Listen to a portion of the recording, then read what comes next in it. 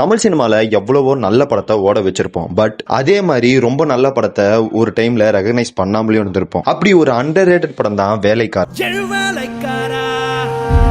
மே 1 இன்னி கூட ஒரு பர்ஃபெக்ட் டேட் கிடைக்காது எனக்கு இந்த படத்தை பத்தி பேசுறதுக்கு. அந்த டைம்ல வேலைக்காரன் ஒரு செம்ம எக்ஸ்பெக்டேஷன்ல வந்த படம். இஃப் ஐம் நாட் ராங், வேலைக்காரனும் ஜுமான்ஜின்ற படமும் ஒன்னாதான் வந்தது. ஜுமான்ஜி படத்துக்கு காமிச்ச ஒரு சப்போர்ட்டை கூட வேலைக்காரனுக்கு அந்த டைம்ல கிடைக்கல. அதோட முக்கியமான ரீசன், அந்த டைம் வரைக்கும் இவ்வளவு கிளியரா ஃபுட் இண்டஸ்ட்ரியில் நடக்கிற கார்பரேட் கிளாஷ், ஒரு கஸ்டமரை பொருள் வாங்க வைக்கணும்னா எப்படி எல்லாம் மார்க்கெட் பண்ணுவாங்கன்னு ரொம்ப டீட்டெயிலா காமிச்சிருப்பாங்க. முக்கியமா அறிவின்ற அந்த கேரக்டரை வச்சு ஆடியன்ஸுக்கு சொல்ற ஒரு விஷயம், விசுவாசன்றது முதலாளி மேலேயோ வேற எந்த விஷயம் மேலேயோ இல்ல, அது எது மேல இருக்குன்னா நம்ம செய்யற தொழில் மேல இருக்குன்னு செருப்பால் அடிச்ச மாதிரி சொல்லியிருப்பாங்க. பிகாஸ் நம்ம செய்யற தொழில உண்மையா இருந்தாலே நம்ம வளர்றது மட்டும் இல்லாம நம்ம கூட சேர்ந்து எல்லாரையும் வளர்க்கலாம். முடிஞ்ச அளவுக்கு நம்ம சுத்தி இருக்கிற விஷயங்களை தப்பா போகாம தடுக்கலாம். இந்த படத்தோட ரொம்ப முக்கியமான பியூட்டியே, மோகன் ராஜா படத்தோட ஃபர்ஸ்ட் ஃப்ரேம்ல இருந்து படத்தோட கதைக்குள்ள போயிடுவாரு. ஒரு சின்ன பையன் பம்பரத்தோட முனைய வச்சு தெரியாம கார்ல ஒரு ஸ்கிராட்ச போட்டுருவான். அங்கிருந்து ஒரு டிரான்சிஷன் கட்டா மார்க்கெட்டோட கிராஃப் மாதிரி ஆயிடும். படம் முடிகிற வரைக்கும் எங்கேயுமே டிவியேட் ஆகாம படத்தை